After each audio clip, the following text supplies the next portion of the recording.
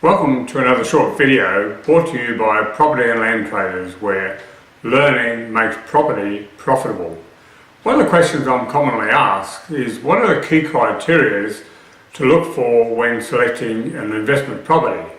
And I guess my four basic criteria are government or private spending, infrastructure, industry and employment.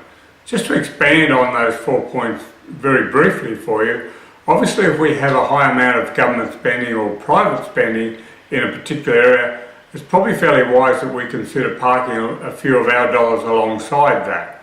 Also, if once we have those large amounts of government spending and private spending there, it's usually in the creation of infrastructure. Now that infrastructure could range from things like railways, hospitals, schools, ports, highways. So you can see we're talking about the big ticket items here.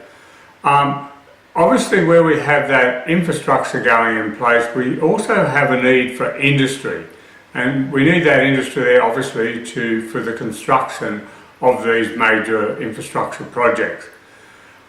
Obviously the other key thing that we definitely need is that we need people. So we have employment created there. Once we get that created, there's a need for housing or a need for rental accommodation, and there's obviously a need for shopping centres, etc. to service the people who live in that particular area or who are working in that particular area.